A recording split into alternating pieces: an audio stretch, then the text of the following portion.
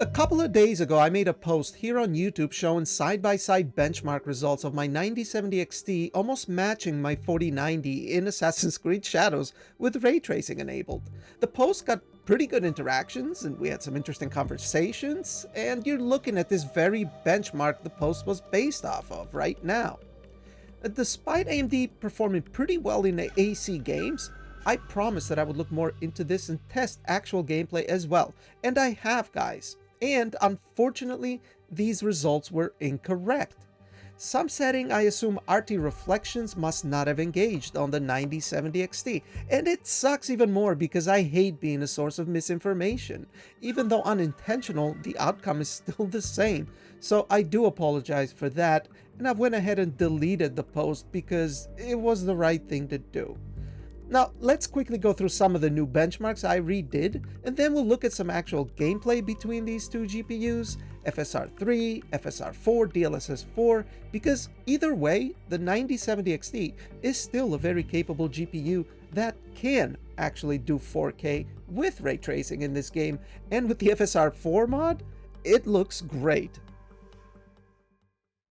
Let's quickly start with 1440p native, ray trace global illumination and reflections enabled, and I'm using a 2PC setup here, 9070 XT with a Ryzen 7800X3D and 4090 with a 9800X3D, and the footage was captured with an external Elgato 4KX capture card. Both of these CPUs are more than capable to keep these GPUs GPU bound throughout this benchmark. And the average FPS and 1% lows that you're seeing at the bottom of the screen, I grabbed those off the benchmark results at the end of the run, and I will be showing them right now. So this is the RTX 4090 results for 1440p with ray tracing, and this is the 9070 XT at 1440p with ray tracing.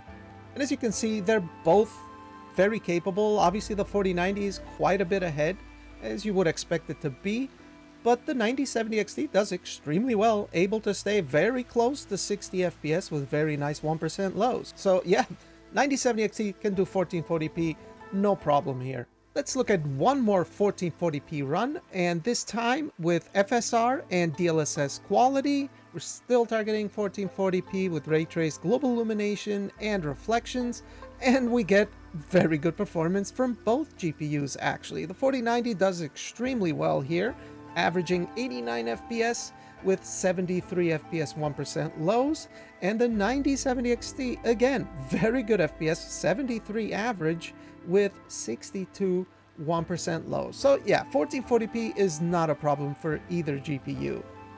Let's go ahead and look at 4K and some gameplay as well, because that is more interesting to take a look at in my opinion. Alright guys, so we're going to come out swinging at 4K here, native 4K TAA with maxed out graphical settings and ray trace global illumination and reflections. And please, I do realize that these two GPUs do not compete with one another. They're not like in the same class. It's just the best of each brand that I personally own, and I still think there's quite a bit that we can learn from this as far as how the game runs on both AMD and Nvidia, and I think it actually runs pretty good. I mean, the 4090 is averaging 49 FPS, and for 1% lows, 41 FPS, and 9070 XT, 37 FPS for average, with 31 FPS for 1% lows. So we see on both brands of GPU, the frame time is extremely smooth. And that's something that you can see in gameplay as well. Yes, the game is demanding, but you do have a lot of complex geometry here and ray tracing, and the game runs very smooth on both GPUs. And that does deserve a bit of praise these days. You know, when PC ports sometimes can be very hit or miss, I would say this one is a pretty good one in that regard. A quick way to get some extra performance on the 9070 XT at 4K where it's needed the most would be to just disable ray traced reflections while keeping global illumination enabled, and that's what we've done on the left, whereas on the right everything is enabled, and that brings the 9070 XT close to 50 average FPS, which makes it an ideal position to be in before you enable FSR 3 or 4 if you're willing to use something like OptiScaler, which we're going to look at in just a minute. And speaking of FSR, guys, we've enabled FSR and DLSS quality here at 4K with both ray trace global illumination and reflections, and we have the 4090 well above 60 FPS with 70 average and 55 FPS 1% lows, and the 9070 XT getting really close to that 60 average FPS with 54 average FPS and 46 FPS for the 1% lows. There's many other combinations that you could try, guys. You could try disabling reflections and you'll be above 60, use frame generation, and we're going to look at all that right now at some gameplay. FSR 3, FSR 4, and DLSS 4. Let's do it. I've chosen some really good gameplay to show you guys, but we're going to start with native 4K TAA here, and for graphical settings, overall preset, it's ultra high. If that says ultra high, everything is maxed out. If you do mess with any of the settings, it'll say custom, just so you guys know. Then we had specular and diffuse everywhere, which means RTGI and reflections are on. And as you can see, the 4090 on the left is really the only GPU I have that can get as close to 60 as possible.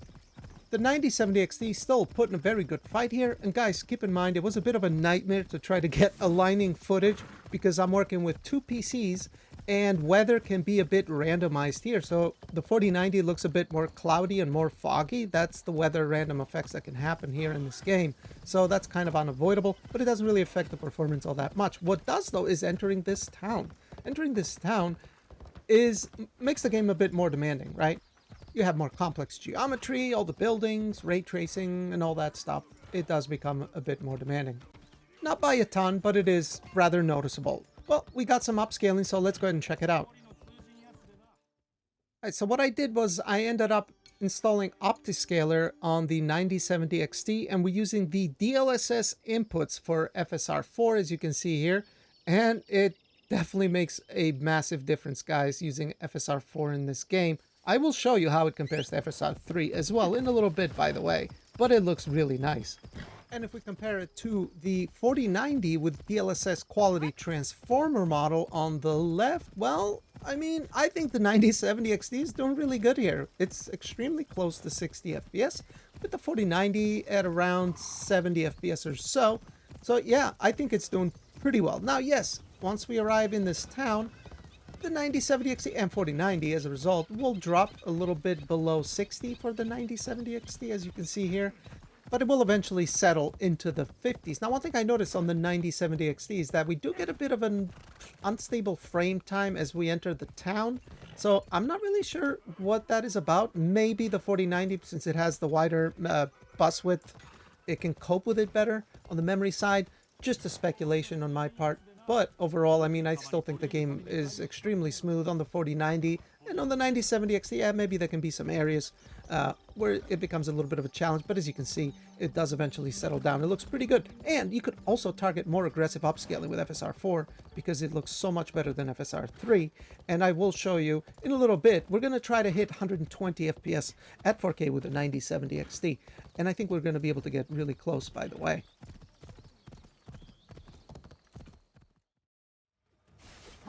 Well, as you guys can see with the 9070 XT, even with FSR quality, it is difficult to stay close to 60. In some cases, we do drop even below 50s, although we're able to stay around 50. Now, this is a good opportunity to try a bit more aggressive upscaling because FSR 4 does a really good job. And as far as I'm concerned, this isn't even really all that bad, as you'll be fairly close to 60 most of the time and you're in that VRR range, but why not try a bit more aggressive upscaling? I wanted to divert your attention just so you can see how FSR 3 compares to FSR 4, and we're going to go with performance here at 4K. FSR 4 is able to do performance and it looks really good, actually. You can tell that it's being upscaled, of course, but in comparison to FSR 3, it's a pretty big difference. Of course, there's going to be a little bit of a performance cost, few FPS, but I think it's totally worth it. I mean, look for yourself. And again, because the weather is randomized in this game, and I'm using the same PC in this particular case, by the way, and we have more fog on the FSR 4 side, but look at the amount of disocclusion artifacts from the horse on the FSR 3 side. And look at the FSR 4. The grass is crisp. Naue and the horse, they look so good. I mean, this is FSR 4 performance, guys. And we're able to stay at well above 60 FPS here in the town where we were dropping into the 40s with FSR quality. So you see how much of a difference a good upscaler does. And look at all the shadows as well. On the FSR 3 side, they're very flickery, distant objects. On the FSR 4 side, at performance, yes, they are still a bit flickering. You can tell that it's being upscaled a little bit. It's got a bit of a like a cell shady look to it maybe, but I still think it looks really nice. I would totally use FSR performance at 4K. I think it actually looks pretty good. And you throw HDR on this baby, and oh, this game is really, it looks really good. They've done a really good job with the graphics and the whole atmosphere in the game. Totally. And before we wrap it up, we're going to see how far we can push the 9070 XT here. We are back with FSR 4 performance mode, and we are using the DLSS for inputs. I was told this one can do a bit of a better job with the quality. I think the FSR one looks fine too, but whatever. FSR frame generation on top, and we go from 65 to very close to 120, guys. And I'm using, like I always do, my 4K OLED 120 Hz TV, and it looks fantastic, actually. I mean, you guys tell me. I waited until the fog cleared up just so that you can see all the detail, the fine grass, and the leaves, and I think FSR 4 performance does a really good job. Now, I can tell that it's being upscaled a little bit aggressively just because it has this like kind of like a cell shaded look to it. It's a bit difficult to explain, but it is a bit similar to DLSS 4 transformer model in that regard, where it looks people explain it as over sharpened. I don't like to use that term because it implies some type of a filter, and I'm not the biggest fan of sharpening filters. Normally they make things look a bit blocky and grainy. This doesn't do that. It actually looks very highly detailed, and it looks really nice. Now, neither FSR 4 and DLSS 4 transformer are perfect, by the way. They can exhibit a bit of ghosting in certain scenarios, but overall they do such a good job that it doesn't make sense to not use them. But I don't know, you guys tell me. I mean, there's a lot of detail on this picture. You tell me what you think. In conclusion then, I'm very impressed, and I can't believe that FSR 4 is not added into the driver yet. I think AMD needs to get on that ASAP, because I've seen people use the OptiScaler as some sort of an alternative, or it is an alternative, but it's not a solution, because most people don't mod their games. They're intimidated by it. They don't want to. They don't feel confident. I've even made guides how to install upscaler with my Cyberpunk video, which blew up. It's at close to like 80,000 views. And I got a ton of comments of people saying they couldn't get it to work. Some are saying they don't have an insert button on their keyboard. So it's not a solution, guys. We do need AMD to be extremely aggressive with implementation of FSR 4. They have to be, because you bought a 9070 XT. One of the selling points was the ability to use FSR 4, and as you can see, it looks really, really good. I mean, we're running FSR 4 balanced now with frame generation on top, and I think it looks fantastic. Absolutely fantastic. And frame generation works really good as well. This is 4K with ray trace GI and reflections. So yeah, I hope more people can speak out about this. I think AMD needs to get on it. Now, to get back to the upscaler hierarchy. Well, I made a comparison and I looked at it, and here it is. Personally, DLSS 4 transformer has the most detail. So this is 3440 by 1440 DLSS and FSR performance mode. And as you can see in the straw hat or even the robe, DLSS 4 has the most detail, followed up by, it's either between FSR 4 or DLSS 3, DLSS CNN model. That one looks really good as well. So both of them are very comparable. FSR 3 looks very blurry, doesn't look great, but unfortunately a lot of people are stuck with that, including some of us 9070 XT owners, unfortunately. But yeah, guys, that's gonna be it. I hope this video helped you out. I felt I had to make this. It was a responsibility. I had to do it because I made a post saying that the 9070 XT was very close to the 4090 in performance, and whatever happened with that benchmark, it wasn't. And I promised that I would look more into it, and I hope this video makes up for that. And yeah, you guys let me know down below if it did or not, and what you thought and your overall thoughts. But man, this looks gorgeous with FSR 4 balance mode. Wow. Anyway, guys, I'll see you on the next one. I hope you enjoyed it. Bye-bye.